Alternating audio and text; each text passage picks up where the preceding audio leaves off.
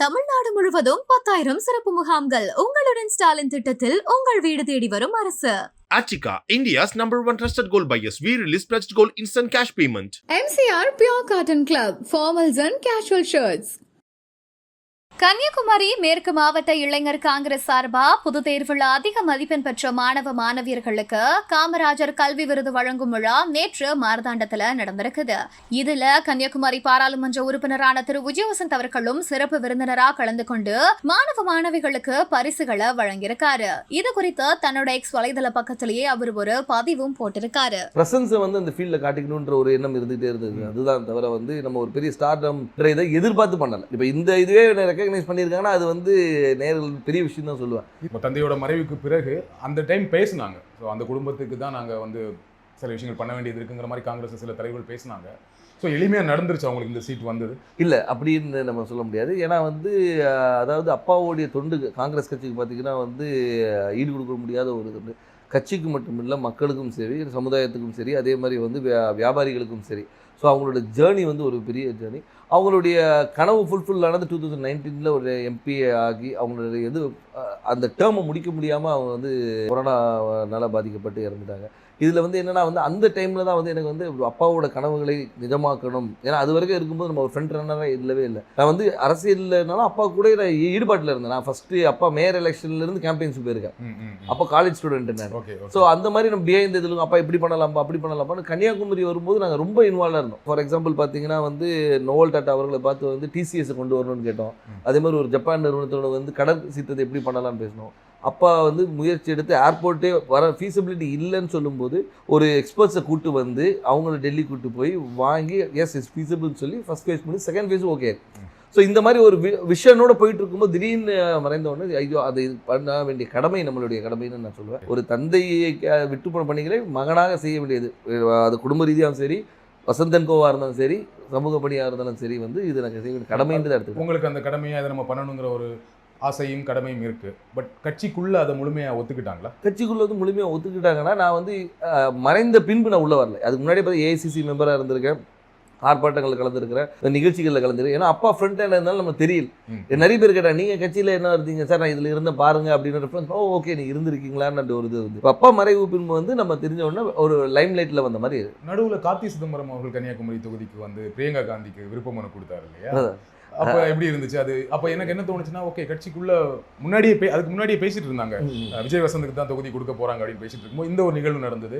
கட்சிக்குள்ள அப்போ ஒரு சப்போர்ட் இல்லாம இருக்கும். அப்படி ஒன்று, அதாவது அதுக்கு தான் பேர் விருப்ப மனுன்னே வச்சிருக்காங்க. அவங்க விருப்பப்படுறவங்கள வந்து இது பண்றது தான் விருப்ப மனு வச்சிருக்காங்க. ஏன்னா வந்து அப்பா போட்டியிடும் போது ராகுல் காந்தி அங்கே போட்டியிடும் சொல்லி விருப்ப மனு கொடுத்தவங்களும் இருக்காங்க.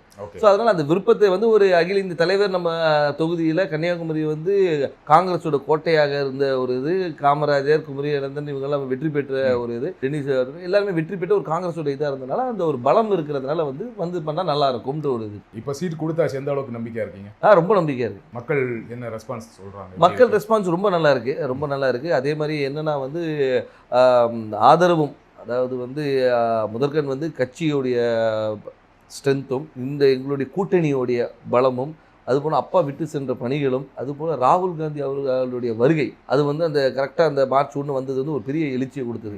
எங்கள் தொண்டர்கள் மத்தியிலும் சரி, பொதுமக்கள் மத்தியிலும் ஓகே நம்ம ஊர் வந்திருக்காங்க, அவர் பண்ண, அதாவது ஒரு தலைவராக வராமல் ஒரு தொண்டனாகவும் சராசரி மனிதனாக வந்தார். இப்போ நீங்கள் வந்து எல்லா தலைவரும் வராங்க, மீட்டிங் போகிறாங்க. அப்படி இல்லாமல் ரோட்டில் ஒரு டீ கடையில் நின்று ஒரு பையனை கூப்பிட்டு பேசி அவங்ககிட்ட ரன்னிங் இன்ட்ரெஸ்ட் இல்லைன்னா ஷூஸ் இருக்கா, இல்லைன்னா ஷூஸ் வாங்கி கொடுத்து அனுப்புகிறேன்.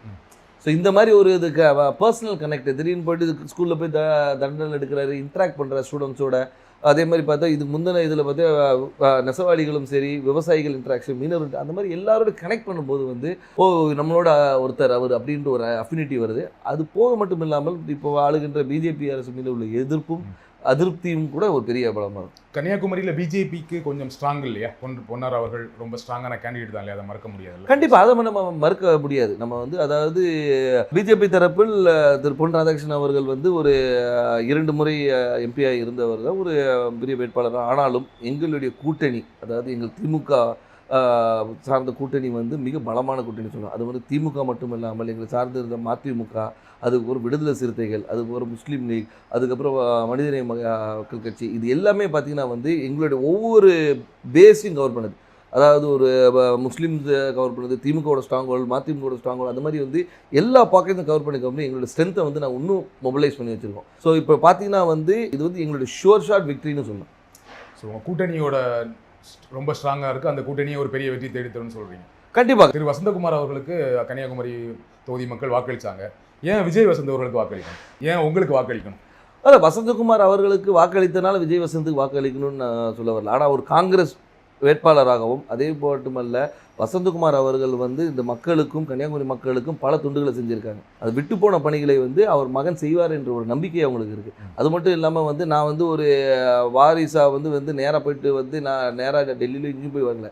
அடுத்த நாளே மக்களை சந்தித்தேன், மக்களோட இருந்தேன், எல்லா நிகழ்ச்சிகளை கலந்து கொண்டு எல்லாரோட நிறை குறைகளை கேட்டுட்ருக்கோம், மக்களாக இருந்தோம். அது ஏன்னா எடுத்தவொன்னே அக்செப்ட் பண்ணிக்க மாட்டாங்க, கேட்குற கேள்விக்கு நான் சொல்கிறேன். அதை அக்செப்ட் பண்ண வைக்கிறதுக்கு நான் ஒர்க் பண்ணேன். ஸோ அதனால் வந்து அப்பாவுடைய இடத்தை வந்து மகன் வந்து நிரப்பார் என்ற நம்பிக்கையை அவங்களுக்கு கொடுத்தேன். அந்த நம்பிக்கையை வந்து எல்லாருனாலையும் பெருசாகவே இருக்குது. அதனால் வெற்றி வாய்ப்பு ரொம்ப நல்லா இருக்குது. குமரி மாவட்டத்தில் வரீங்க, ரொம்ப படித்த மாவட்டம், ஆனால் அங்கே நிறைய பிரச்சனைகளும் இருக்குது. அதை கரெக்டாக ஐடென்டிஃபை பண்ணியிருக்கீங்களா? என்னென்ன திட்டங்கள் வச்சுருக்கீங்க? கண்டிப்பாக. அதாவது வந்து நீங்கள் கன்னியாகுமரியை பொறுத்த வரைக்கும் பார்த்தீங்கன்னா வந்து இந்த மிக்ஸ் ஆஃப் ஆல்னு சொல்லலாம். அதாவது கடல் இருக்குது, மலை இருக்குது, எல்லாமே இருக்குது. அதனால் வந்து மக்களுடைய தேவைகளும் அவங்களுடைய இதுவும் நிறைய வேறுபாடுகள் இருக்குது. ஒரு பாக்கெட்டையும் நாங்கள் அனலைஸ் பண்ணி வச்சுருக்கோம். அதாவது இந்த மக்களுக்கு இது தேவை, இவங்களுக்கு இது தேவையில்லைன்ற அளவுக்கு அனலைஸ் பண்ணி வச்சுருக்கோம். மக்களுக்கு விரோதமான எந்த ஒரு சட்டத்தையும் கொண்டு வரக்கூடாது என்ற ஒரு முடிவும், மக்களுக்கு எப்போவுமே நன்மை கொடுக்கணுன்ற ஒரு சட்டத்தை கொண்டு வரணும். அவங்க மக்களுடைய வாழ்வாதாரத்தை உயர்த்துகிற அளவுக்கு என்ன செய்யணுமோ அந்த திட்டங்களை கொண்டு வந்து. எனக்கு தெரிஞ்ச வரைக்கும் குமரி மாவட்டத்தில் வாழ்வாதாரம் ஓரளவுக்கு நல்ல வாழ்வாதாரம் இருக்கும். எல்லாமே படித்தவங்களாக இருப்பாங்க, வேலையில் இருப்பாங்க.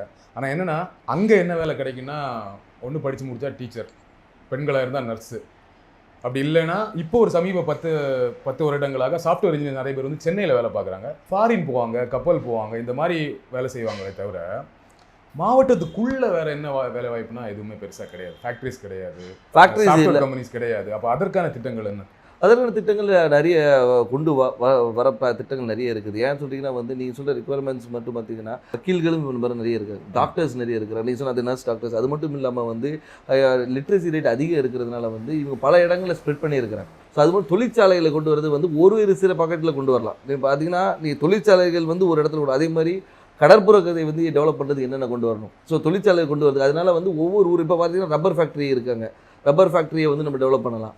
ஸோ வந்து அது மாதிரி தொழிற்சாலை நிறைய இருக்குது. அதே மாதிரி வேலைவாய்ப்பு திட்டங்களும் நிறைய கொண்டு வரலாம். நம்ம என்னென்னா நம்ம மக்கள் என்னென்னா இங்கே இருக்கிற மக்கள் எல்லாமே பாதி பேர் வெளியே தான் இருக்கிறாங்க. இப்போ இந்த கொரோனால தான் நமக்கு தெரிஞ்சு பாதி ஊரில் இருக்கும், இவ்வளோ பேர் வந்து நம்ம ஊரை சார்ந்தவங்க இந்த தமிழ்நாடு முழுக்க இருக்காங்க தெரியும். தமிழ்நாடு முழுவதும் 10,000 சிறப்பு முகாம்கள். உங்களுடன் ஸ்டாலின் திட்டத்தில் உங்கள் வீடு தேடி வரும் அரசு.